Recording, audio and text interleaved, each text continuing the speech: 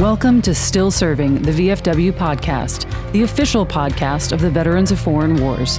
And now, from the VFW Memorial Building in Washington, D.C., here's your host, Rob Couture. And welcome to Still Serving. I'm your host, Rob Couture. Let's get it right to roll call. Joining me here in the studio is Director of National Legislative Service, Kristina Keenan, and Washington Office Executive Director, Ryan Gallucci, and as always, Brittany Dymond Murray, my co-host for the show out there in Rhode Island. Hi, Brittany. Hi, good afternoon. Good afternoon. Let's get us all in the room here.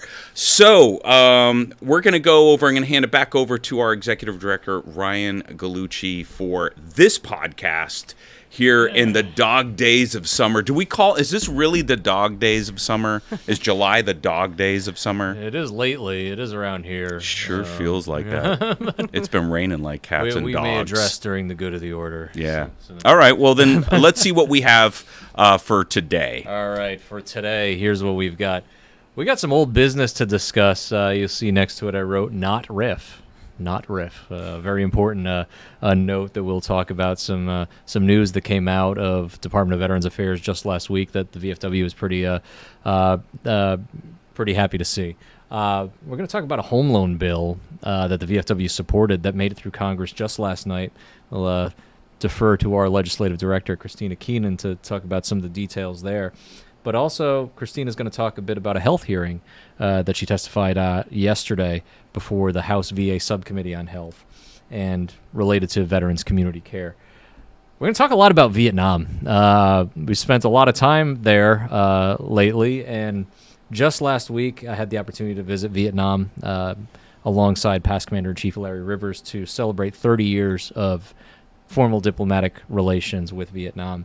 Okay. But then just yesterday, a number of us joined Junior Vice Commander-in-Chief Tim Peters at the Vietnamese Embassy here in Washington, D.C., and alongside our partners from Defense POW MIA Accounting Agency to turn over artifacts from Vietnam veterans that the VFW had received. Rob, then you're going to talk about a meeting you had with Secretary of Defense Hegseth That's just true. last week. I will talk about that. I mean, geez, we have been pretty busy. Then we'll go around the horn for good of the order because a lot of gaps to fill in. And of course, as always, we'll tease our next podcast and what we're going to talk about. That's right. Yeah, That's to run a show. It's a whiteboard. It's a lot. It's a full whiteboard. It is I love old whiteboard. biz, and the not riff, as we not riff. But hey, it's the way it is. Things in this town change. Things that were going to be end up not being so much. Things that are supposed to be the greatest thing end up going, eh. Mm-hmm. So let's talk about this old biz. Because the old biz was, and if, one of the things that we had talked about early this year, and the people sitting around the table and virtually around the table, as I bring Brittany back in the room with us, is honor the contract. You might see a little these buttons here. I'll go ahead and go to, let's see, we'll go to this one. Maybe you could see it. No, there's one on every one of our, well, yours is a little bit out of focus. There's one on mine. Anyway, I'm sorry. But there's these honor the contract buttons that I have on the mics here. I'm going to take you down for a second. There, you can see it now. Honor the contract. Right, there it is. Honor the contract. I put those buttons on there because that's something that we came up with towards the end of last year, and in the beginning of this year really kind of got it going. We had Al do a video, our Commander-in-Chief, National Commander-in-Chief, to talk about honor the contract. And what that means is our enlistment contract. I mean, to bring this back up, I know we had talked about it before. This is old business. But it is real old business. And part of that was, veterans hiring, their job, the benefits of having federal employment, and you have the veterans. I'm lost for the words, Ryan. I guess that was a small facet. No, making sure that we're not eroding any veterans programs or benefits. Right. Yeah, that was the employment was a little piece to it, but it's really. I think the tie-in came in that with the specter of estimating that VA may reduce its workforce by about 80,000 personnel raised some concerns within the veteran community. Concerns that, well, how are you going to do something like that without eroding care and benefits? Right. And that's what Honor the Contract is really about. Is the VFW's line in the sand is maintaining the care and benefits that veterans earned and to which they were entitled through the contracts that we all signed when we joined the military. And so with that, when veterans are employed by the federal government, it's specifically the VA, their loss of a job within the VA, especially as many of them are in the VA working as employees of the VA, if they're let off en masse, that ends up, it could very well end up affecting our the timeliness of our care and benefits, right? That was kind of that was one of the tie-ins Right. that we had made back in February, late February, early March. There were some layoffs at VA, and at the time, some VFW members who provided critical frontline services were let go. We believe erroneously. Commander-in-Chief Al Liphart put out a pretty strong statement at the time that was critical of some of those cuts, and basically asked the president to use a scalpel, not a chainsaw, right. In modernizing the workforce or streamlining the workforce. Look, President Trump ran on a platform of efficiency in the government, and it came in very, very clear that this is what we're going to do. We're going to streamline government. We're going to seek to identify waste and make sure that programs and services work correctly. That was the platform. Right. The concern that the commander-in-chief had was, is this being done with a scalpel? Right. Or is there going to be collateral damage?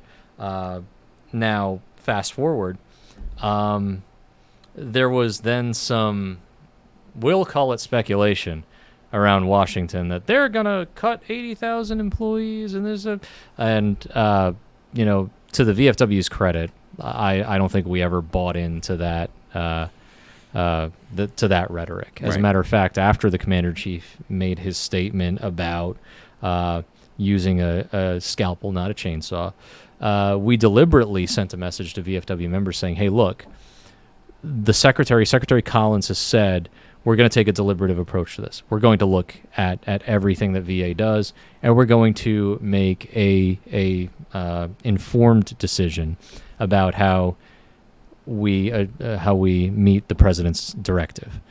And just last week, they did that. Yeah. And VA announced that there would be that the workforce would be reduced by about 30,000 employees. But the key to this, and the most important takeaway to the VFW, was that this would be done through normal attrition, early retirements, the fork in the road severances. And look, we were really encouraged to see that. And I think it brought peace of mind to VA employees as well, that, look, we took a look at the system, we identified critical frontline services, and we're not going to cut them. Period. Full stop. Which was reassuring as well. And the VFW, Al has a common saying that if you work with us, we'll scream from the highest mountaintop, and if you do what veterans need, we'll scream from the highest mountaintop. If you don't, we'll find a higher mountaintop and scream from there. He found that higher mountaintop back in March, but now we found a high mountaintop, and Al put out a statement that basically, first of all, applauded Secretary Collins for taking that deliberative approach, which was the right thing to do. Yeah. And for the president for supporting that deliberative approach and calling for that deliberative approach. President Trump had said, I like the scalpel approach. I think that was back in March or April. Right. When talking about streamlining the federal government. So I think, at least from the VFW perspective, veterans can have some peace of mind that this is where we are with Department of Veterans Affairs. They are committed to continuing to deliver care and benefits that veterans earned. And though there is the directive to streamline the federal workforce, they're going to do it responsibly. Yeah. They're going to do it responsibly. Yep. And And go ahead, Kristina. Yeah, I mean, and we're still, as the VFW, going to monitor the situation. Yeah. So, our staff here in D.C. and our service officers throughout the country are monitoring the delivery of benefits and access to healthcare services, so that if we see any major changes, that we can respond to that directly with the VA. Right.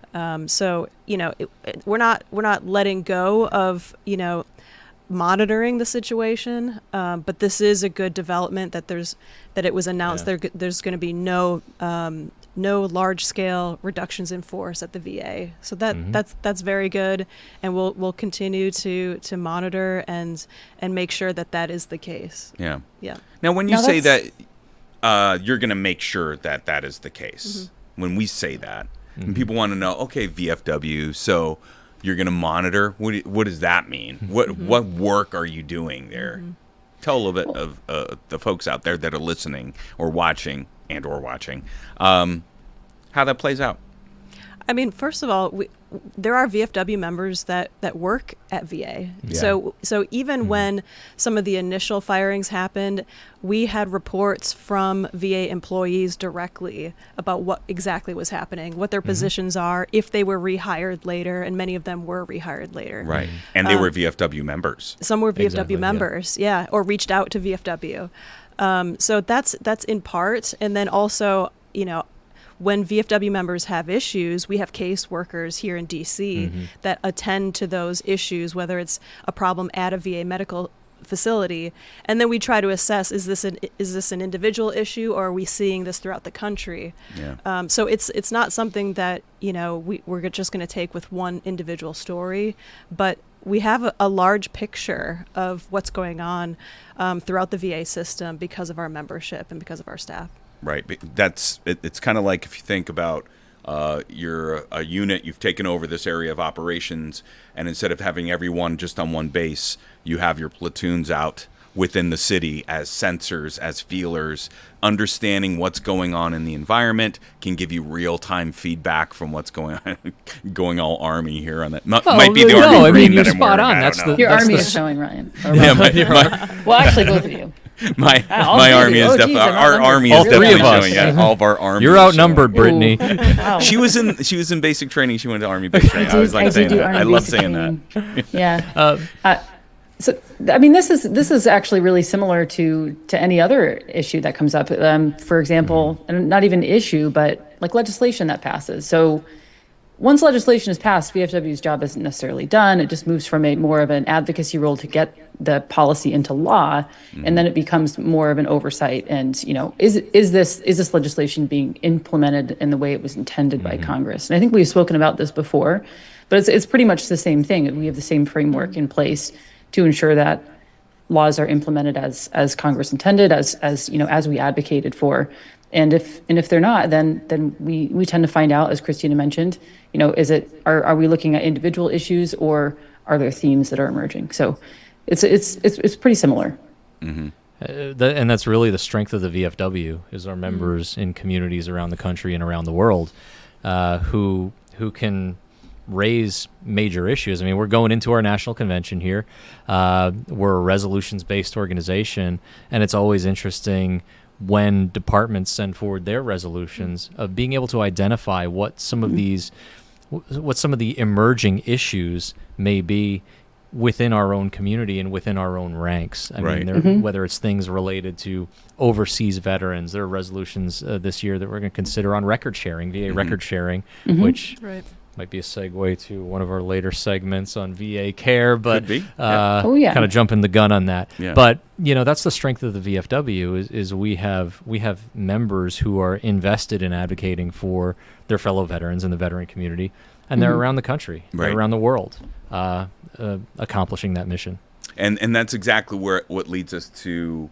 I think, what do we have next? I think it was we had home loan bill. Yeah, that's what I was going to say. We have to go in order. I was going to put that's important because, hey, look, I think that people kind of all get that the VFW, we've kind of really honed in on the things, the business lines we're really good at, right? So advocacy, veteran service.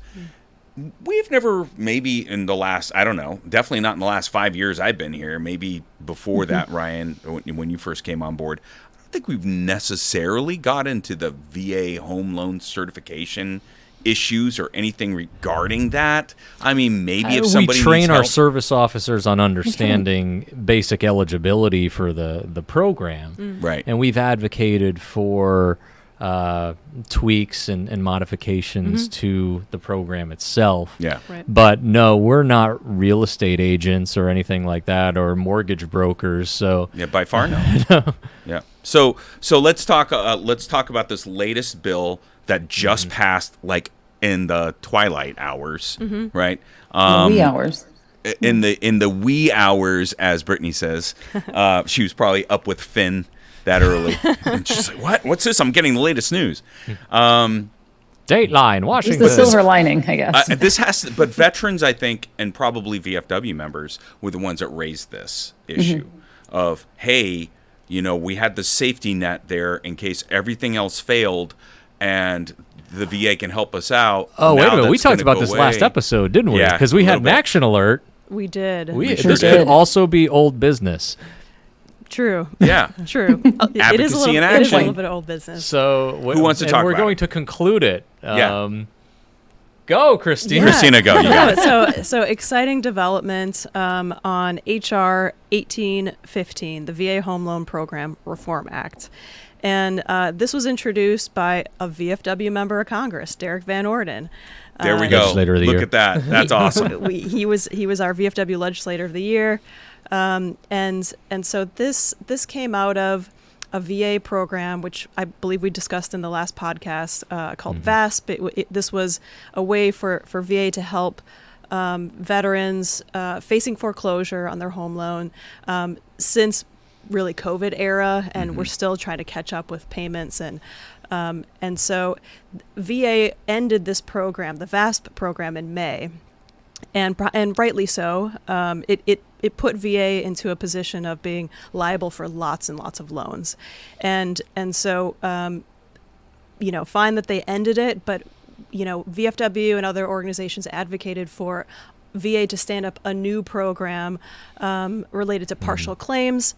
Partial claims, for those who are not familiar, is a way to sort of refinance a loan, add the missed payments to the end of the loan, and then move on with your current payments, potentially at a different rate.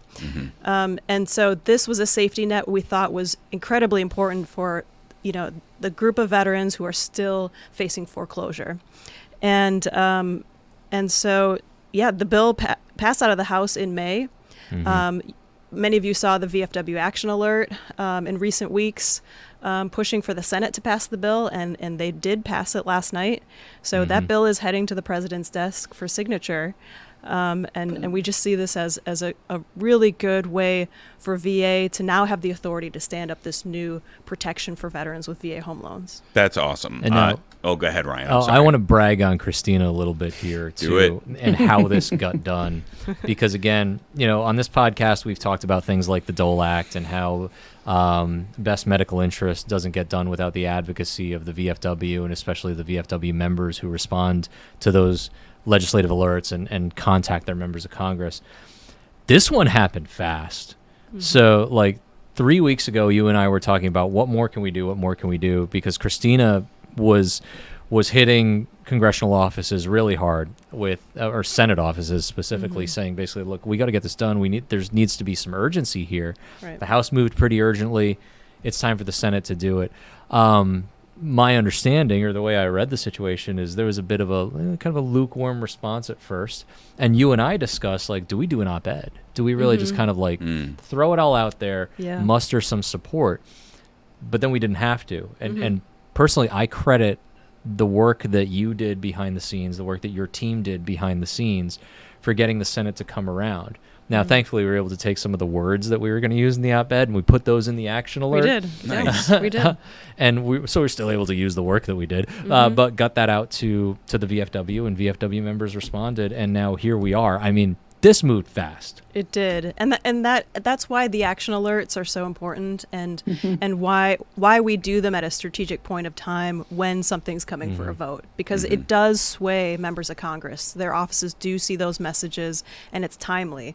So our team worked really hard on this, but also VFW members responded quickly to get those messages out. So that's how we leverage our membership to get legislation passed, and this is a success for the organization. Right, and I think that if people are out there and you want to know how you can get the latest on what's going on in Washington, D.C.'s advocacy efforts, sign up for Action Corps by going to vfw.org/Action Corps. I think that's what it is, so, right? yeah. So, and there you can sign up. Oh, and by the way, if you want to receive all the news that comes out that we put out on the weekly, right, at the end, it's at the beginning of the week that it gets shared, you have to sign up for Action Corps now. No more freebies. You sign up for Action Corps, you can get the weekly. I'm just putting that out there. Then you're going to get everything that we do in the Washington office, not only legislatively, but National Veteran Service, as we look at new policies and policy changes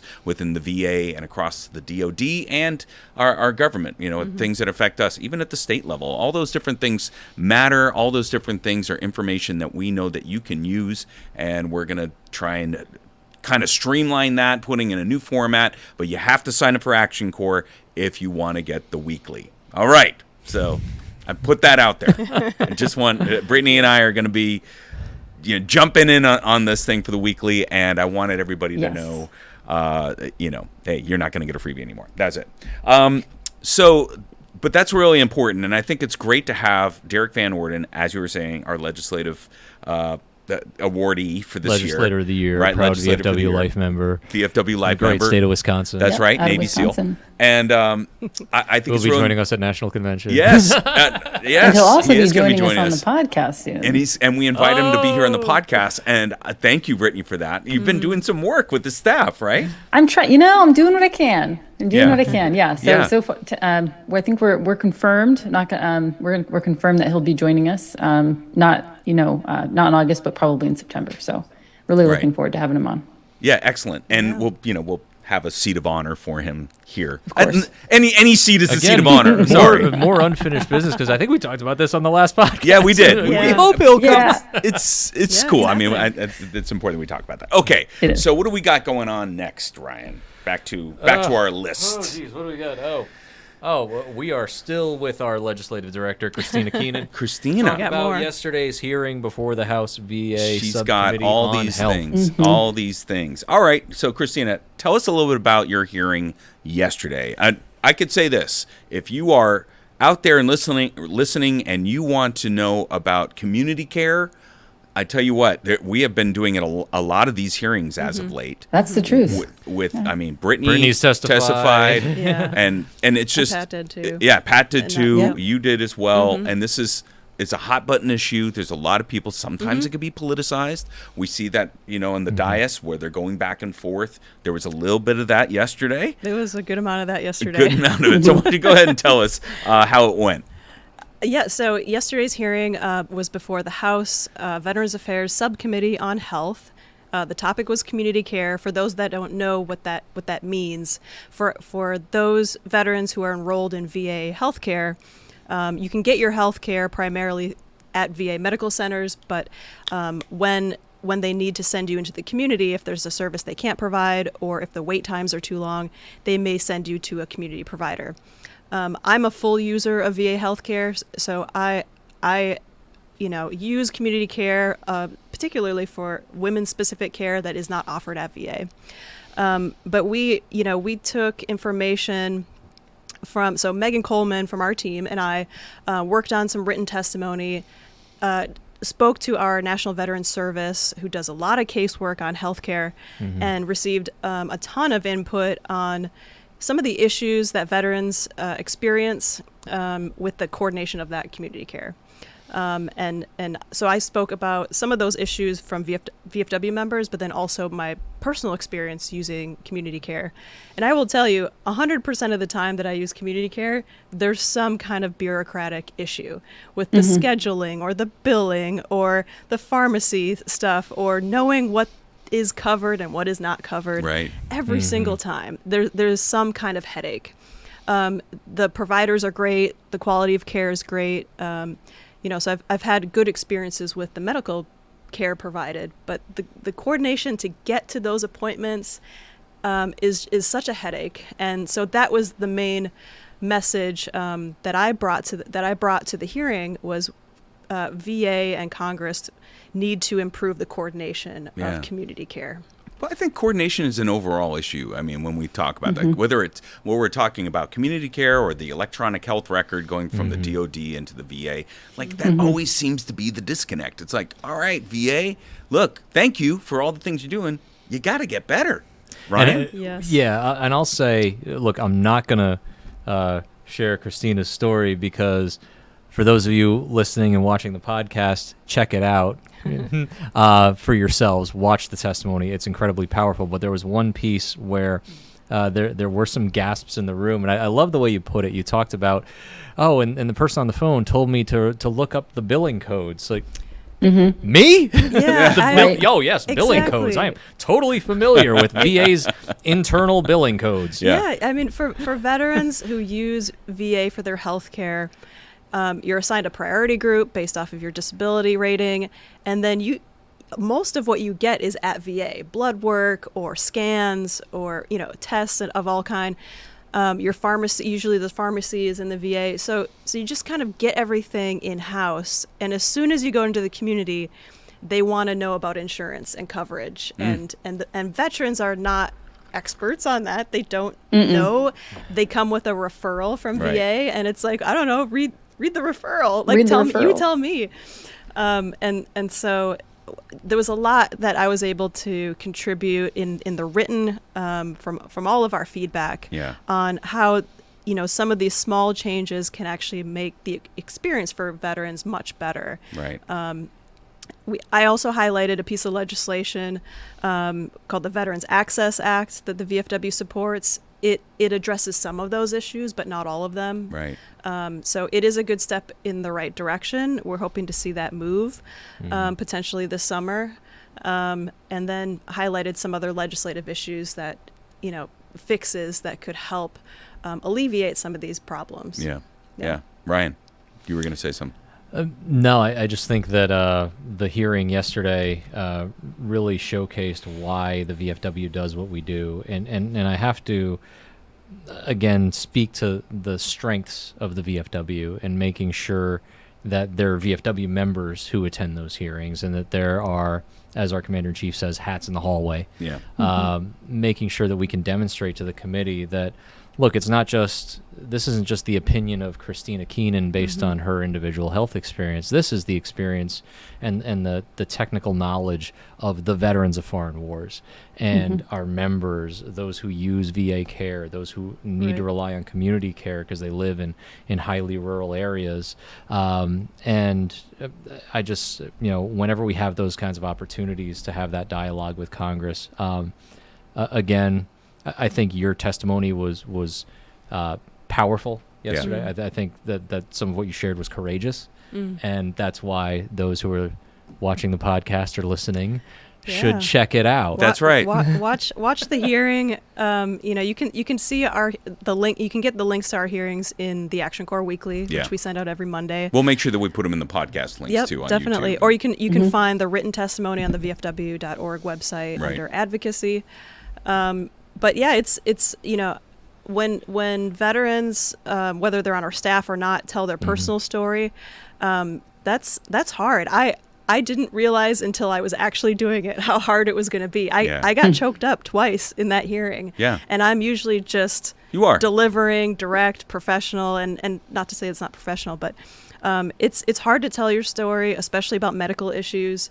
But I felt it was important, and it did highlight issues that a lot of people are telling us that they're experiencing. So I'm glad that there was some impact. I hope it does lead to some positive change. Yeah. And I hope everyone will tune in and check it out. Well, good job, Kristina. I think it was awesome. It was really good. I was there for it. I was able to take your photo. We'll talk about. Barely was able to We have take something the to talk photo. about in the good of the order. Yeah, we'll talk about that in the good of the Yeah, order. about the back, the back end of. Yeah. Actually, Before we wrap up this segment, because again, you talked about the Access Act and why the VFW supports it, but Brittany, Yep. you've had that opportunity too to testify. I think it was before the Access Act was formally introduced, but it was along the same lines. Yep. And sharing your personal story, and again, like just courageous to do that. And I think again, the strength of the VFW is that we are veterans. We're veterans who use these systems, and though we're advocating to improve them, we also have to live with the results. Right. Yeah. Exactly. Which gives us a whole other perspective. I mean, it's one thing to advocate about things from the outside, but as users of the system as well, and then having this whole, this massive network of veterans behind us who are sharing, unfortunately, very similar experiences, I think it brings another element to it, especially because Kristina, you're right. You're always so composed and professional, which again, your testimony yesterday is still 100% professional. But these are real issues. These are real impactful issues that that we are experiencing ourselves and our members experience. And I think that for you to get up there and share what you did was extraordinarily brave, number one. And it did a tremendous service for veterans who don't feel like they have a voice. They can't speak up. They don't know how to speak up. They don't know who to speak with. Or maybe they feel like their experiences aren't important enough to bring up, but they are. And so the gravity of what you discussed yesterday was massive, and to Ryan's point, what I discussed in January was also significant, because whether you're talking about, women's specific healthcare, that's pretty urgent, as in your case, Kristina, you need to know the results of those exams as quickly as you can in the scenario that you've described that you're in. And then mine, mental health is super urgent as well. And I know that I'm not alone. There was another veteran in that facility with me who was oddly had the same exact doctor that I did and the same community care coordinator. And her experience was not good at all. In fact, she slipped through the cracks, and it's like, you can't let veterans slip through the cracks when they need critical health care, mental health care included. The results can be detrimental, devastating. Yeah, and I'll just add, just to kind of wrap it up, but and to let people know, let those who are watching this and listening to this know that our National Veterans Service here in DC does work with veterans that are having issues with VA healthcare. Right. And I don't think everybody knows that we have a dedicated health team, where veterans can email or call if they're having very specific issues with a VA medical center, like a billing issue, I'm trying to, or a denial of care, or a denial of payment of care. And the veteran doesn't know what to do. And I've experienced that, and even had them help me with unpaid bills. Because I appealed it on my own, and I wasn't sure what else I could do. And our National Veterans Service, they're experts, they're health experts in VA. So. And they're veterans. Please, and they're veterans. Know that that's a resource the VFW has. So if anyone out there has, VA healthcare issues, to let that team know. Before we wrap up this, I would be remiss if I didn't kind of speak to the website, or on YouTube, rather. If people want to watch the video, it's on YouTube at House Veterans Affairs. And you want to look for the one that was out yesterday, Subcommittee on Health Oversight Hearing, which is Right Time, Right Place, Right Treatment with VA Community Care.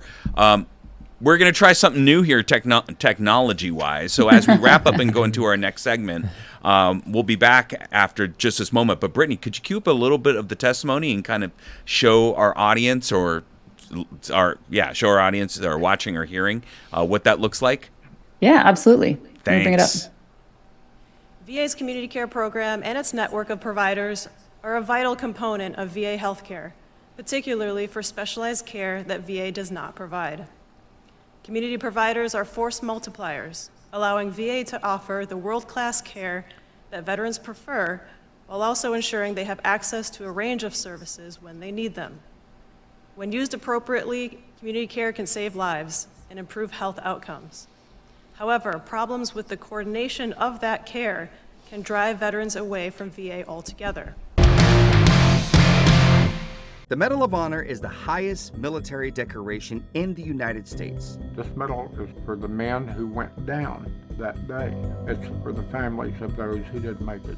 Recipients have done the improbable, showing immense bravery and sacrifice in the name of something much bigger than themselves. On Medal of Honor, Stories of Courage, you'll hear about these heroes and what their stories tell us about the nature of bravery. Listen to Medal of Honor wherever you get your podcast. Keith, what do you got? I am going to do a shameless plug for one of our partners that we are working with, which is My Vets Benefits. They have an app that's available on Android or Apple. They also have a website. You can access referral tools to not only the VFW, but other accredited reps. They have great community-based resources for veterans. And if you are looking for assistance and you can't get to VFW.org for some reason, My Vets Benefits is a great way to get in contact with a lot of different information. So, Okay, highly great. recommend. What does a life after service look like? Kicking back? Taking it easy? We believe it looks a little different. It looks like leading for all veterans, helping shape policies to make certain they get the benefits they've earned, and ensuring every veteran's voice is heard. It looks like advancing to meet today's veterans where they are, lifting them up, and strengthening the bond that unites us. It looks like rolling up our sleeves, serving those in need, and cleaning up our communities to make them better for everyone. Because a veteran's mission never truly ends, and neither does ours. The VFW, still leading, still advancing, still serving. Get involved at stillserving.org. All right, welcome back. So, Ryan, one of the things that we said we were going to talk about was your trip to Vietnam. I know I had been there a few times. You went with me the first time I went. You end up going back. Tell us a little bit about it. All right, so... but before you do, Brittany, while you're there, could you pull up some photos of Ryan's trip? That sounds Yeah, great. absolutely. What do you say, Ryan? let's go through the slideshow. Slideshow. And there it is. Here we are. No. There's Ryan, and why don't you tell us who you're with? Sure, absolutely. So basically, that's me alongside VFW past Commander-in-Chief and past Adjutant General and past Executive Director of the VFW Washington office, Larry Rivers, from the state of Louisiana. Commander-in-Chief Al Liphart was invited to Vietnam this summer to participate in the 30th anniversary commemorating the normalization of relations between Vietnam and the United States. Basically, when the U.S. reopened its embassy in Hanoi in 1995. And so Al had some conflicts, unfortunately, but chose Larry Rivers as the VFW's representative. And there's a lot to why Larry was chosen to be that representative. You may see in front of me, I got a pretty big book. This is the archive of the VFW magazine. We have several copies of these around the office. You've heard us reference them in the past. They've become very valuable. They as have of become late. very valuable Yes, they lately. have. It's where we derived Honor the Contract from. That's right. Some of the material from the 1930s. But I'm going to take you back to the September 1991 issue. And I'll see if this appears on the It camera. does, yeah. All right, there you go. Great It says, shot. VFW leaders, part of veterans delegation to Vietnam. And so what this Read us more was- of the story, Dad. Oh, sure. Yeah. It was like stepping into a time warp, according to Commander-in-Chief Robert E. Wallace and Washington Office Executive Director Larry Rivers, who returned from Vietnam in early July. Wait a minute. I didn't really mean to read the story, but okay. I mean, it's fine. I know, but the lead-in kind of helps, so I'll give you some context. So in June and July of 1991, Larry Rivers was part of coordinating an initial delegation of veterans and veteran leaders, Vietnam veterans, to return to Vietnam to open up veteran-to-veteran dialogue on key war legacy issues. What does that mean? So basically, the VFW stepped forward in the 1990s, specifically Larry Rivers and Bob Wallace, to say it's time to make peace with our former adversaries in Vietnam. The way that we've done historically. I mean, we are now very strong allies with Germany and Japan after World War II. And Great Britain. We are great allies with the country that we separated from in 1772. We had several wars with Great Britain, and now we have a very special relationship with our partners across the pond. But basically, the VFW said it's time. It's time to make peace with our former adversaries, and there are a number of humanitarian and war legacy issues that we can cooperate on. So, and one of the most critical was repatriation of the remains of those who were missing in action. And even this story says, like right on the top, resolving the POW MIA issue heads the agenda. That's what opened up the dialogue. You know, we can all agree that our adversaries, we want to bring those who made the ultimate sacrifice home. We want to give closure to families who lost loved ones in the war. And it was veterans who opened up that dialogue. They joined Senators John McCain and John Kerry, both of whom were Vietnam veterans, on this delegation. And both opposite ends of the political opposite spectrum. Ends of the yeah, absolutely. Political rivals, if you want. But so Larry was part of that initial visit. But also what came after was the work of building these relationships. And first of all, I've got to thank Al and Larry for the opportunity to go and just pick his brain as someone who held the position that the VFW has entrusted me with today. I mean, it's weighed very heavily on me to have some of these conversations with Larry because he took on that role at a very important time. Now, I said they leaned forward. It was a controversial decision. There were a lot of Vietnam veterans who weren't happy about the decision that the VFW made, but the VFW leaned forward and said, "This is the time. This needs to happen now." Yeah. And so I'll tell you a little bit about that. We were at one of the receptions celebrating the 4th of July and celebrating it at the invitation of Ambassador Mark Napper, the U.S. Ambassador to Vietnam. And it was at this celebration that Larry was introduced to another past ambassador of Vietnam, Ted Osius, who wrote a book about this topic, and it's called Nothing is Impossible, America's Reconciliation with Vietnam. And it was one of the craziest things to see.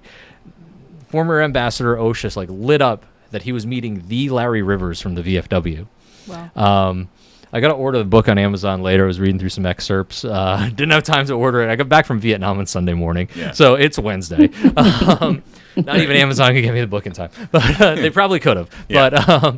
But doing some of the research, it talks extensively about what the VFW did, even in these excerpts, that it was time to make peace. The VFW passed a resolution at the National Convention in 1995 supporting reopening the embassy, normalizing these relations.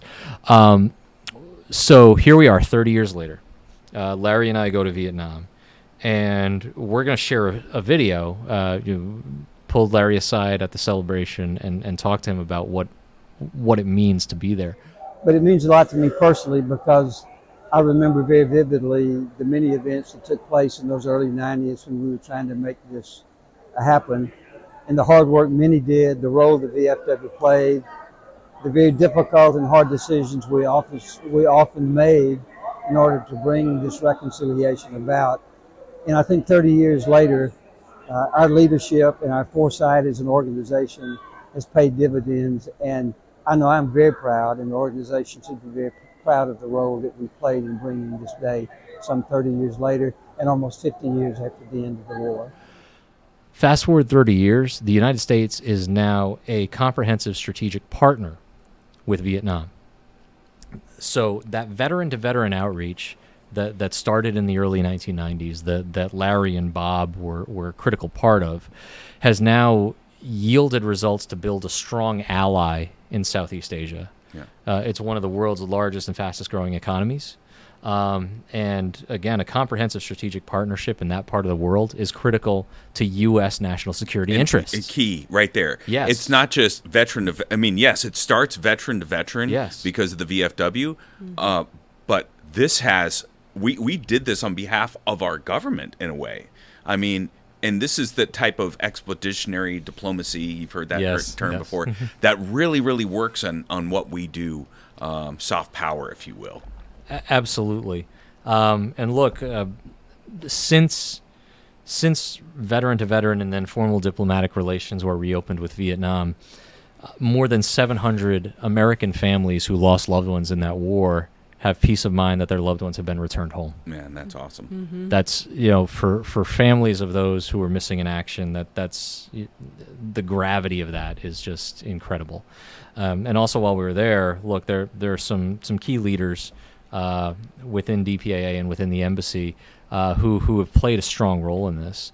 And one is the outgoing defense attaché, who, while he's been in Southeast Asia, helping to facilitate and build this comprehensive strategic partnership, they've recovered 21 service members who are missing in action in just a short period of time. And that's 21 more families who have that closure. Yeah. And that's all due to the work of DPAA and the defense attaché there. Colonel T.J. Bouchelon, by the way, good man. Yes. It's kind of sad to see him go, because if I get an opportunity to bring another junior vice there, or senior vice, who knows, to Vietnam, he's not going to be there. But there'll be someone. I know also. And the Army becomes a small community after a while. I'm confident we'll run into him. I'm sure we're going to see him again. Lieutenant Colonel Travis Walter is another one. Yes. I'd be remiss if I didn't give him his kudos, and how he's helped the VFW reinstitute our mission to Southeast Asia. That was broken because of COVID. We weren't able to do that. So he was instrumental. Colonel Bouchelon was instrumental in doing that. And Ambassador Napper, I mean, he's been a gracious host for us. And really, a lot of that is Director Kelly McCaig, who's like, you guys, let's do it. Yeah, I'm sorry. That's really, you were there, but you could tell a little bit about it. Yeah, absolutely. Look, the relationship with Defense POW MIA Accounting Agency is a strong one, and one that the VFW, I mean, if you read some of our materials, we started this, what was it, in the 1920s? That's right. About the full accounting of our missing. Was it the Polar Bear Expedition? That's correct. Right? Oh, look at that. All right. Off the cuff. Yeah. Yeah, the Polar Bear Expedition. And why was that? Because there was no diplomatic relations with the United States and the new Soviet Union. So you think about this. This is a wild thing. Diplomatic relations end with Russia because it becomes the Soviet Union, right? The VFW jumps in on that. How many years later? 1995, the wall falls down, the Soviet Union collapses, and we start diplomatic relations. We're there at the forefront of that. Yeah. The VFW spanned that whole time. That's amazing to me. 125 years of legacy. Well, but it was really powerful. And you can't thank Ambassador Napper and Director McCaig enough for extending these opportunities to engage and continue that veteran-to-veteran dialogue. There was a meeting that we joined with the chairman of the Veterans Association for Vietnam, General Trong, where his message to DPAA and to the VFW was, we need to work together to return artifacts from both sides, that Vietnamese families want peace of mind on their missing as well. And they commonly speak to the 300,000 missing that they have, missing Vietnamese. And so, without missing a beat, Larry stepped up and affirmed to General Trong, this will probably be a good segue to our next segment, but affirmed to General Trong that, look, the VFW remains committed to this, and as a matter of fact, on Tuesday, pointed to Kelly McCaig and I, he's like, they will be at the Vietnamese Embassy in Washington, D.C. to do just that, to repatriate war artifacts that VFW members had returned to to the Vietnamese. And so with that, Yep. we absolutely did that. Excellent segue. It was. Thank you, Ryan. Where we delivered myself and Ryan and our director of operations, Brad Hazel. We joined Director McCaig and his staff there at the embassy. They call it the Vietnam House here in Washington, D.C., hosted by the ambassador to the United States, the Vietnamese ambassador. Ambassador Jung. Thank you very much. And VFW Junior Vice Commander-in-Chief, Tim Peters. That's Tim right. Peters. He led the effort. And it was really great to be a part of that and be part of the, media pool, if you will, taking all the photos. Ooh, Brittany, do you happen to have those photos from the event? I do, Rob. Excellent. Well, we'll take a look at those while I go back to Ryan to tell us a little bit about how that went. So a little bit of background. So Junior Vice Commander-in-Chief Tim Peters had an opportunity to visit Southeast Asia earlier this spring. DPAA is a personal passion of his, and it has been for a number of years. He's worked with Montana VFW members to assist with recovery missions in Tarawa, some other work. It's a personal passion of Tim's. Yeah. And so after he visited Vietnam, he's looked for other ways that the VFW can enhance its relationship with DPAA. And part of that is this repatriation of artifacts. We've consistently been collecting artifacts. We turn them over on a regular basis to our Vietnamese counterparts with the help of DPAA. And this was no different. So I believe it was you and Brad had a meeting with the Vietnamese defense attaché just a couple of weeks ago to help put the finishing touches on what this event would be. Yeah. And so fast forward, Tim flies in, and we all load up to go to the Vietnamese Embassy. And that's where we really just exchange pleasantries with our friends from Vietnam. Sure.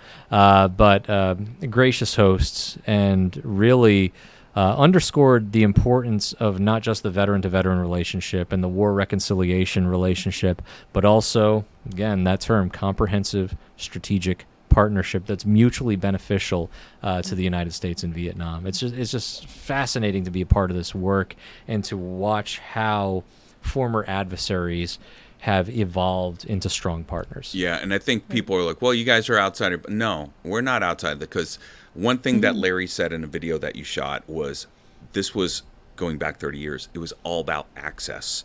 And why did we want that access? We wanted that access because we leave no one behind. Yes. And we are all about honoring our fallen and bringing closure to those families, because that's what we do as a veteran organization. And it's vitally important that we do that for our comrades. Well, I'll tell you, there's a little bit of chatter before I became executive director, when news started to go around DC circles, especially POW/MIA circles, that I would be appointed as the executive director. There was chatter that there was concern that for our generation, the Iraq and Afghanistan generation of veterans, that the POW/MIA accountability, the full accountability mission, wouldn't be as important to us. And some of that chatter was because, well, we had a couple of missing in Iraq and Afghanistan, and the circumstances surrounding their status as MIAs was questionable. Whether it was Bo Bergdahl or Matt Maupin in Iraq, and that would our generation view this issue the same way? And unequivocally we do, because it keeps peace of mind with the sacrifice that you're signing up for, that you're volunteering for, that your country will not leave you behind. That's right. They will not leave you behind. They will look out for your family. And so I'm proud of the work that the VFW has done, again, since 1920, and to just play whatever role we can play in it today. Yeah, I would say that was even part of it's part of the warrior ethos, right? As they built the soldier's creed within the military, in the army rather, that was part of it. And so it was inculcated into us as an indoctrination, really, as we were coming into the military, that we never leave anybody behind. So And one thing, and Larry also said in the video, man, I keep talking about this video. It was a good job. Oh, we got to edit. We're teasing the video. Yeah, Once Terry, it's teasing the edited, video, it's going to be up. But he had also said this is for future generations of service members. So and it's our generations, our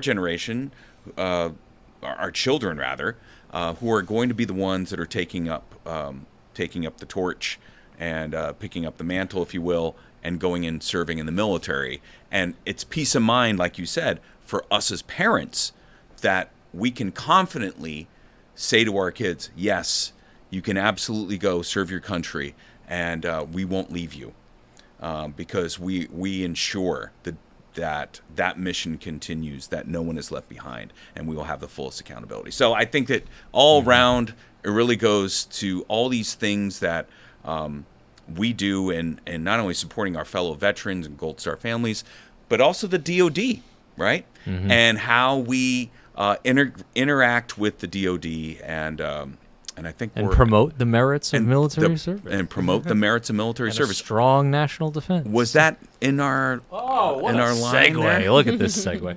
Yes, because Rob, I believe last week you joined a meeting with I did Secretary of Defense did. Pete Hegseth. And many people that follow me on Facebook or on Instagram or social media, they knew I posted a couple pictures because I went back to the Pentagon, where I had spent the last part of my career in the Army, was there at the Pentagon. And so I ended up going back. It was, happened to be that because you were in Vietnam, Ryan, you weren't able to go. Everybody else's schedules was busy.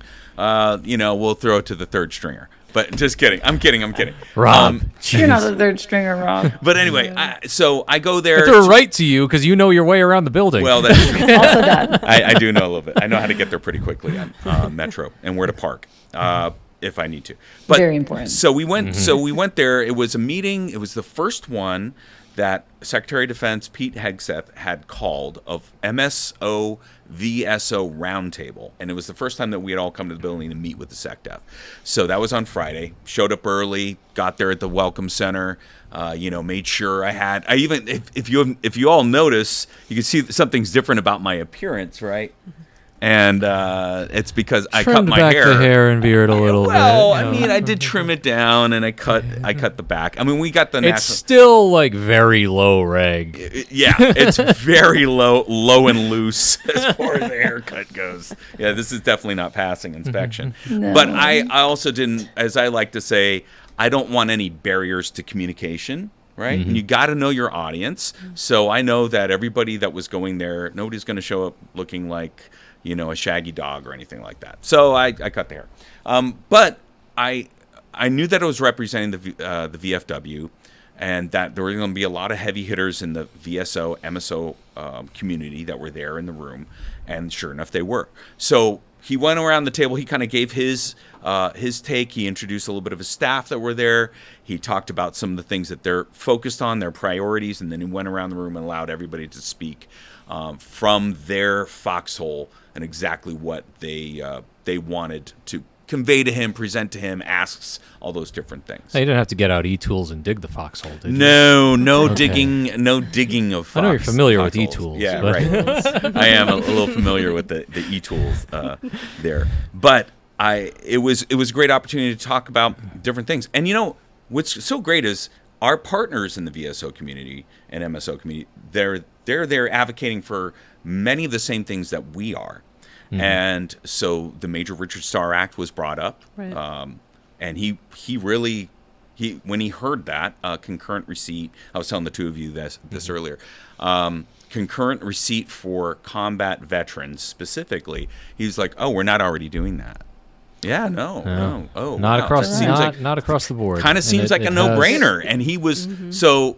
That's positive for those that are always saying, when are you going to pass the Major Richard Starr Act? Good that hey, he's aware. Pete If Hegseth's DOD's on board. So something might happen. it might. I mean, it's a pretty strong voice there, and he's kind of like E.F. Hutton when people talk. When E.F. Hutton talks, people listen. To use an old reference, I'm old, but that was one of the things that was brought up by our folks over at TMC. There was a talk about transition assistance, specifically not necessarily in the BDD realm, which I spoke on, but really about those TAP classes and getting them there and getting spouses and families to TAP. That was another thing that was brought up. Childcare was brought up. There's a few other asks around the room about, different, duty statuses, because we have a mix of everyone, Guard, Reserve folks there. It's a lot of interesting conversations. Oh, yeah. So people were, have asked me, like, how was it meeting him? Well, I could tell you that a lot different from when I first met him, which I met him back in the day when I was escorting Medal of Honor recipients around, and he was on Fox and Friends. So, and back in 2019 was the last time I think I met him. Very different now. So he's not like, it wasn't all about. But kind of a different job. It's a very different job, Pretty different. right? I will say he liked my pocket square, so that was kind of a I positive noticed thing. that. The It was American a flag really pocket nice pocket square. square. There Yeah. you go. You know what's great? Those colors don't run. They don't run. It was I did not, for those out there, I did not wear a straight up American flag. It was kind of a motif, if you will, of a pocket square. It was stars and stripes forever. Yeah. All over the place. Sorry, I'm It's dad all jokes. good. Get the dad jokes. But that was great. And my meeting, he liked my pocket square. Like, that's what I tell people? Come on. It was good. Yeah, it was That's what good. we're He liked my sharing. pocket square. That's what we're Okay, sharing with Rob. our listeners. I know, it's nuts. But yeah, no, he was really focused and really listened, active listening, going around the room, which I appreciated. And I think a lot of people will see somebody on TV and they make their, they form their opinions, and it's a lot of times, depending on the media that you ingest, you're gonna think one way or another about a person. But when you sit there and look at them eye to eye and you talk specifically about veterans issues, this is someone who cares first and foremost about our men and women that serve in uniform and our mission and what we do to defend our nation. And then also how they are connected, because he knows that transition goes into the veteran community. And also he was in the Guard, right? I mean, so this is the first time that I think in a long time that maybe we had a guardsman that was in the administration. I think Al Gore was a public affairs compo 1 or 2, I think, in the reserves. What's with public affairs people assuming tend the to mantle be- of vice president of the United Vice States? president. I don't know. I'm not running for anything. I'll just let you guys know that. But there was another one that you shared with me as well that about his perspective on quality of life and readiness. Yeah. That basically quality of life is readiness. And which is something that certainly resonates with the VFW and our resolutions and what we advocate for. Yeah. But also that propensity of young Americans to serve and view service as a noble cause, which is something that we've talked about a lot among our teams. My perspective, military service is authentic. There's good, bad that comes along with it, but it's an authentic experience and one that makes people better citizens. And I'd be eager to work with the secretary and his team on how to better talk about that and how to better message it to young Americans who I believe crave authenticity. Well, that was brought up from some of the MSO community we're talking about, that disconnect, which was great. I also, for our VFW members out there, I had plugged our VFW members are vital to our Department of Defense, especially overseas veterans that are filling the roles of DA or DOD or whatever civilians that might be there, federal employees supporting the Department of Defense in defense contractor positions. And they're taking care of the things at home base while our uniformed service members are out and about taking care of the mission and focusing on lethality. So a plug for you guys out there. And also, hey, you got to look at what that looks like for medical care. Is there a way that we can get to a place where there's shared resources with that? Foreign medical program reform. That's a lot of that. We may be the only ones that really focus on that within the room that I was in. I don't know necessarily if the Legion does or not, because I don't know. They didn't bring that up, but it is something that I think is really important if he wants to look at, hey, the civilians that are there supporting the force overseas. They absolutely do need to be taken care of, or else, like, they're not going to be able to do things like DPAA doing their mission in Southeast Asia, or, on the Korean Peninsula being ready to fight tonight. If they're at Camp Humphreys, they're having they can't go to seek medical care because it's a small hospital there for the size population, and they have to leave Peninsula. Well, what happens if the flag goes up and they're outside the Peninsula? Well, now that role's gone. So there's a lot of stuff. I had brought that up in the meeting. I didn't go forth, and I didn't have that much time like I do now, but I did talk a little bit about that, and I just said how the VFW is ready. Towards the end, I told them how the VFW is ready to work with the Department of Defense on things like transition and things like bridging the civilian military divide with regards to all the different things that we can help support with. So there was a lot. And shout out to our VFW posts that are near military installations, both stateside and abroad. Yeah, absolutely. And just the level of support that they provide to our service members in uniform, which we are still working hard to quantify. But again, it's that notion of selfless service within the VFW that sometimes the reporting doesn't match up. But you see it everywhere.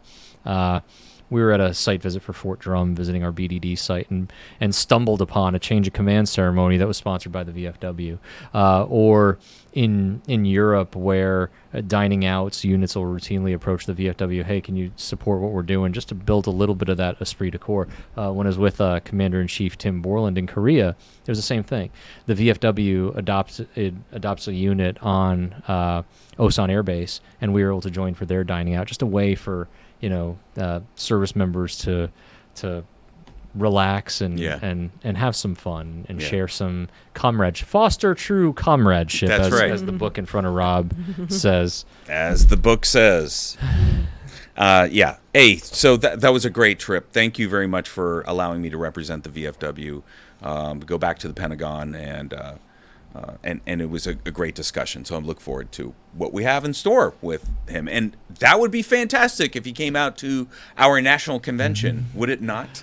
Oh, maybe he'll join us for a national convention. We'll have to get that invitation out. You'll have to see where his team is with his schedule, because I'm sure it's pretty busy. Yeah, we're getting tight on time. But speaking of tight on time, where are we left on the schedule? What do we have left there, Ryan? Well, I think we've come upon the good of the order. Oh, man, the good of the order. So I'm going to start with you, Ryan, and then we'll go Kristina, then Brittany, then me. All right? So let's go over to Ryan Gallucci with the good of the order. All right, for the good of the order, look, there's, it's summer, and everyone is familiar with a couple of weeks ago the tragic flooding that happened in the state of Texas. Yeah.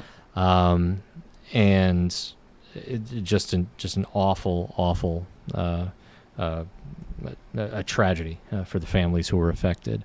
But the VFW, once again, in Texas, stood up. And really proud of the work that the VFW state of Texas did.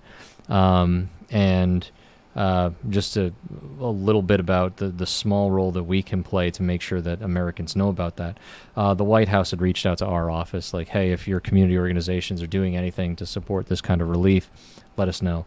We were able to link them up with the leadership in Texas, and Mitch Fuller, who's actually our outgoing legislative chairman, is having some dialogue with them about the work that the VFW is doing alongside Grunt Style to provide some relief to those affected families.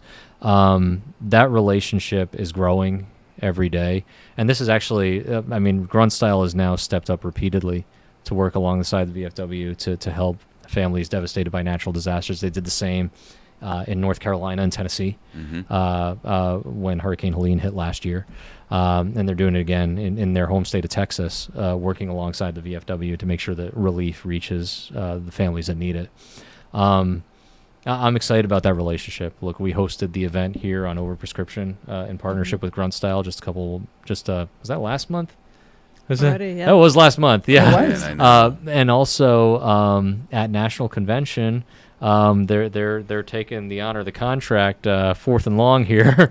There's going to be a Grunt Style T-shirt about honor the contract, highlighting the work that the VFW and Grunt Style are doing to make sure that our leaders honor their commitment to deliver the care and benefits that our veterans have earned. That's right, and not cut our benefits and stab us in the back. Am I right? You know. Teaser. No, Yeah, if you'll you know, see it you on know. our social media what the design is. It says Adjutant General Dan West would say it's edgy, because we're drawing from some of our 1930s artwork.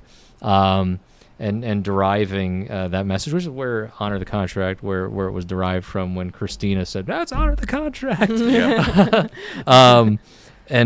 So we're excited about that shirt. I want to pick mine up at the convention. Yeah. At the National Convention in Columbus, Ohio. But really great work that Grunt Style is doing on a number of fronts, and I'm excited that the VFW and Grunt Style are doing this work together. Great. That's good. Kristina, what do you have for the good of the order? Wow, I don't have a lot this time. Looking forward to the National Convention. I would say that's sort of the next big event for all of us. We've got a couple members of Congress that have confirmed that they'll be there, and hopefully we'll have more. VFW members of Congress. Two veterans, two proud VFW members. So, a little bit of coordination for that, but excited to see a lot of our volunteers and fraternal members at convention. It would be really great if a VFW member from the great state of Ohio, who happens to be our vice president, would also show up to our national convention. He has been invited. Ooh, so yeah, he has Vice been President invited. Vance, if you are listening. Yeah, if He's you're been invited. listening, that I think a lot of people would be happy if you had made an appearance. Okay, and Which kind of is that an old business for me to follow up with Yeah, the next time administration? around, yeah. But really, no, the VFW members are really excited that there's now a VFW member who's vice president again. First Yeah. time since Al Gore. Yeah, right, exactly right. So, yeah. Another one back in the seat. Brittany, what do you have for the good of the order? Ooh, I too am excited about convention. It's going to be a good one this year. I'm pretty stoked about it. So if you're coming to convention or you want to come to convention, come to convention. Check out the VFW's website. If you just Google VFW Convention 2026, the website will come right up. For details on it, again, as someone mentioned, it's in Columbus this year, Columbus, Ohio, at the Greater Columbus Convention Center. So it's going to be a great program. In addition to the main stage, we're going to have a pretty awesome program on the exhibit hall stage this year. So definitely stay tuned for more details on that. I'm pretty excited about it. And that's all that's I'm coming to excited mind. about it too. Yeah. Exactly right. So. I think, maybe we talk about it. So the exhibit stage, if you're able to get there to the exhibit stage, could you tell us a little bit about that? Because it's going on Saturday, Sunday. It sure is. So Saturday and Sunday, and we do that because, we do business sessions during, the rest of the business week, it's kicking off on Monday. So Saturday and Sunday, prime time in the exhibit hall. And so we will have an organization called Parade Deck. It's quite prominent. They do a lot of wonderful programming. And so Parade Deck will be there with us, and we'll be running the exhibit hall stage. You'll see familiar faces on stage, as well as such as myself, Ryan, Rob, Kristina, and more folks. Oh, sorry, Ryan, you didn't know. Okay. Yeah, sorry. Oops. Where am I going? Really? Sorry. I hope you want to be there. Yes, I do. I'm joking. I'm joking. If you guys have time, If you have time. Yeah, sure. But you should see a bunch of familiar faces on stage, but also some other military veteran community influencers will be there in attendance, and we should have some pretty good conversations on the stage. So be sure to drop by on Saturday and Sunday. It's going to be a full schedule both days on the exhibit hall stage, and so pretty psyched about it. It's a shift from previous years, where we had an exhibit hall stage and we had events on it every whenever time allowed. Essentially, we had like fireside chats and roundtables and stuff like that in the past, but this one's going to be a bit more robust. So stand by. Absolutely. And I think it's important that we brought on Parade Deck for this because they're going to be solely focused on that exhibit stage and putting on the very best production that they can with it. So they're going to be streaming it on their Parade Deck platform, Parade Deck online, their web. They're advertising right now. We'll put some of those links up there where you'll be able to see it. If you can't make it to convention, which is great because there's other things that go on that aren't on the main stage. Committee meetings, and there's going to be a banquet this year, and then there's other meetings that are really important, and you have people that you have all these. We have a VA claims clink that's going on. So a lot of great things that go on a convention that if you're not there, you're not able to witness. So bringing Parade Deck on gives people out there a little bit more of a glimpse of what happens at the convention. So thank you for that, Brittany. And Rob, one what more do note you about have? convention. What was that? One more note about convention. For those who are listening and aren't familiar with convention, I'm not sure how forth and long we've gotten into the weeds about it, but like that's the business of the organization. It's more than just an exhibit hall. It's a lot of it's the the nuts and bolts of how the organization runs, and it sets the tone for the following year. That's really for good everything from especially what we're advocating for, how we're advocating. It's an opportunity for our members to tell us exactly what it is they care about. So I think that's really great because, and you bring up a huge point. A lot of folks are like, "Hey, yeah, it's a big reunion." Well, yeah, it's more of course. I think we have a topic for the next episode. What is convention? Yeah, oh man, it would be great Yeah. if we brought in someone else virtually, maybe from Kansas City, kind of talk about that. I don't know. That would be kind of nice. We might have to set that one up. TBD. Let's look into that. To be determined. Rob, what do you have for the good of the order? Thank you, appreciate it. So. I don't know if it's necessarily for the good of the order. Maybe for those that are in D.C. that want to go to a hearing. But so I stepped out yesterday during Kristina's hearing. I stepped out of the room to take a call from Brittany, and so we're talking a little bit, and I see this guy kind of sitting in the corner, and he's trying to get into the room, and like they have these huge doors, right? So grand entrances, and he's Huge, like heavy. really kind of pulling on the door. Now I don't know what was going on the other side of that. I do. We'll get to Ryan in a moment, but I couldn't get in. I'm like slowly trying to open. It's like really locked, and I was locked out of the hearing. Ryan, on the other side of the door, what was going on? I was locked in the hearing. Yes, because you were with our Junior Vice Commander in Chief, Tim Peters. I was with the Junior Vice Commander in Chief, and we were there to see Kristina's testimony. But I got a phone call from my doctor, and I've got some appointments for this thing that I needed to answer. And I go to the door, and it's like not opening. And then one of the staff members comes by and keeps trying to unlock it. They got it unlocked. Yeah. But then they're trying to push it, and it's like swollen at the top. Yeah. From the humidity. And it just won't open. And it was just stuck. And Kristina, so you're there. Could you guys hear this? Yeah, on we dais? we could hear it, but we couldn't look, or it's not like I can just look behind me. So I'm looking at the chairwoman and listening, and I'm like, what is happening around me right now? And so on the backside, on the other side of the door, there I am just kind of waiting, and the staffers are like, I'm sorry about this, I'm sorry, and they're like jiggling keys, and they're going back and forth, so I'm like, oh man, I have to go in there and take a photo, and I haven't done that yet. And she's like, they had just started like the witness testimony because they already got around to the initial comments, and they had started off with witness testimony. So this is going on. And Kristina was 4th out of 5. I was like, oh man, she's gonna be. We got some time, but we don't have a lot of time. Yeah. So finally, they open up the other side door, which is right next to where. The witness table. Witness table. Which was also very strange because I'm not used to those doors being open. I'm like, what? I also didn't look over, so I didn't see any of you and understand what was happening. But I'm like, that's strange. Yeah. Because normally using the door in the back of the room, I'm like, I have no idea what's going on. So I right pop now. in, right? I pop in, I drop my bag, pull the camera out, sit down as she starts saying, and that concludes my testimony. I'm like, snap. And that was it. So the photo that you saw online, if you were looking on Twitter, and if we can pull it up here. Look, and I tried to. So I went around. I had my cell phone, so I tried to snap some cell phone pictures, thinking like, "Oh, this might not go well. Like Rob might not get back in. We got to have some kind of content, as grainy or distorted as it might be." So I was able to take 3 snaps, Nice. and it was in the last 30 seconds of what you were saying. So I had to get in position, take the photo. Woo! I tell you what. The crazy thing is, little too, so nerve-wracking. if you haven't attended a congressional hearing, so the committee members, they can come in and out. They have the ante room that they can go into. And they do. They come in and out because there are other hearings, other meetings. They might need to be called away for something else. But the same thing happens with, like, congressional staffers who were there to attend the hearing. They're sometimes in in the audience.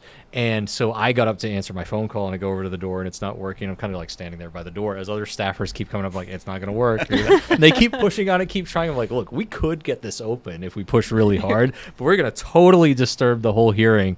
And we're all just like peering over at the witness stand or peering at Chairwoman Miller Meeks like, are they noticing? Is this really loud? Are we being disruptive? It was definitely what you would call a closed door meeting. That's for sure. We are sequestered in the committee's chambers. Yeah, I know. Well, it's like I was sharing with you, like the headline would say, VFW locked out of veterans hearing. But anyway, I finally shout got in out to there. the committee staff who did get that second door. Yeah, and things they like that. sure I did. felt so bad for I've the never seen staffer that who before. she was trying diligently to get the door open. She's like frantic, like, I don't know what's happening. Yeah. We've been having That's how problems hot with the door. and humid it is in DC right that's now. how it is. Yeah. And we even got a fan. We've blowing seen that right in our own building. We've seen that problem. Yeah. With the That's doors why we have swelling a shut. fan in here now. Yeah. Yep. Well, I think that's it. That should wrap it up. You guys got anything else? No, All right. that covers it. Okay. All right. Good. All right. So the only thing I got is when it comes to the VFW, we are still serving. Take care. Thank you for listening to Still Serving, the VFW podcast. To get the latest news and information from the veterans of foreign wars, make sure to follow, like, and subscribe to us on social media at VFW HQ, on Facebook at VFW Fans, or visit our website at vfw.org.